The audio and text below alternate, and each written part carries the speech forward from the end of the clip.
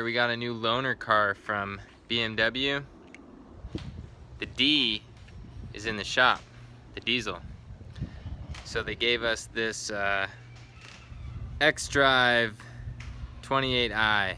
Got this big key right here. Look at this. Look at how big this thing is. Bigger than my nose. Strike number one against the BMW. Nobody wants a key this big. Oh, look at that. That is fancy. So it looks like you have enough room for your dog back here. It looks like you got a button here to close it. That's lock. Close. Okay. Look at that. There we go. So yeah, typical BMW fancy stuff. Let's look under the hood before we take this son of a gun out. We come down here and you notice that the engine is transversely mounted and it looks like a 4-cylinder, and I think it is. Yes, it's the turbo 4-cylinder 2-liter. It has a nicely set up interior. You have accent lights. You have a all glass roof, which is actually really neat.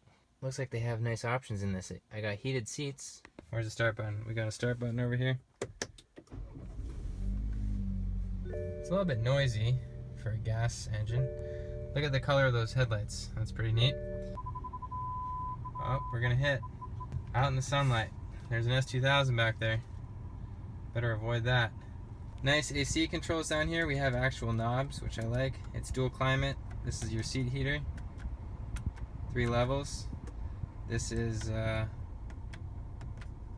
you control the airflow. You can see it changing on the little man up there. We like having real buttons in cars. I don't like how some cars are becoming touchscreen. It's not okay with me. That's a little interesting. See, the power button is rotating with the volume knob. Nice looking wood trim, but it feels very cheap. This is Chevy level cheap plastic. Look at this. Flexing and cracking. It's not something that you'd expect from BMW.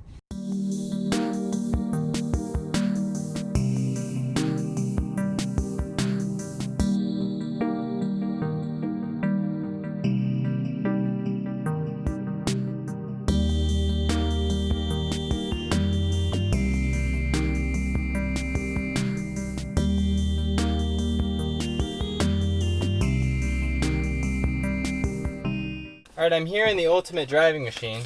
This is a 2016 BMW X1 Xdrive28i. Now when BMW says Xdrive, that means it's 4-wheel drive.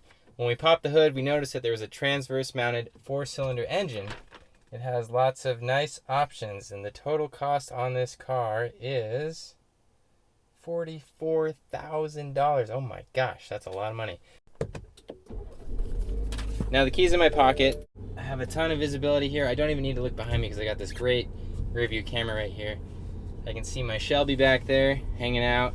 What is this thing called? A crossover. That's what this thing is called. Crossovers are selling really well in America, so I think BMW is under pressure to make something in this segment.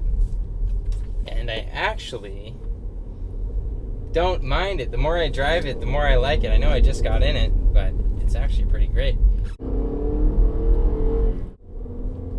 Just from driving around the neighborhood right now, it actually feels kind of sporty. Even though we're pretty high up, it feels kind of sporty. I could actually see myself daily driving this. Now we have a sport mode here, which I'm going to engage. We were in comfort. I'm going around some bends here, and the car stays nice and level. I'm going to go down to comfort and see if it changes the settings. Eco Pro. Yeah, maybe a little bit more body roll. It looks like we have a manual shift here.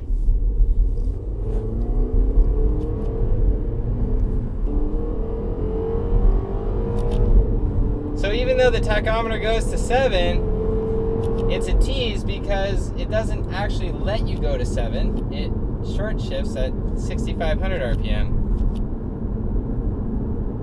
Oh, this is so cool. It actually shows you all the way up to 8 gears. There are 8 gears in this transmission. We are in the 8th gear right now.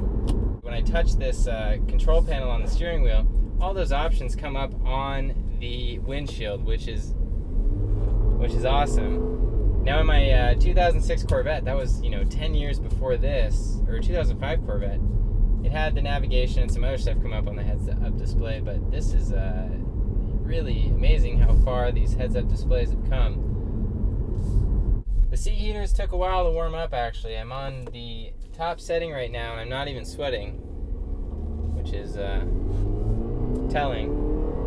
I'm not a big fan of crossovers, but I can fit my dog in the back. I can fit a lot of stuff in here. It looks like it seats 5 people.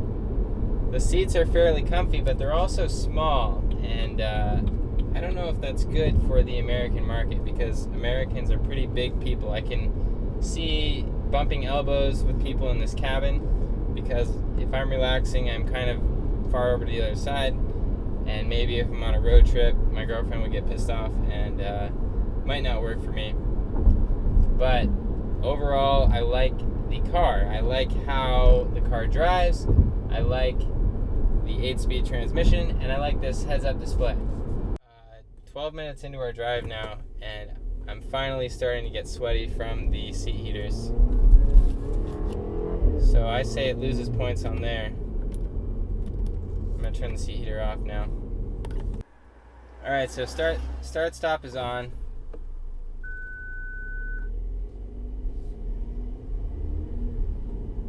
I'm gonna test it out one more time.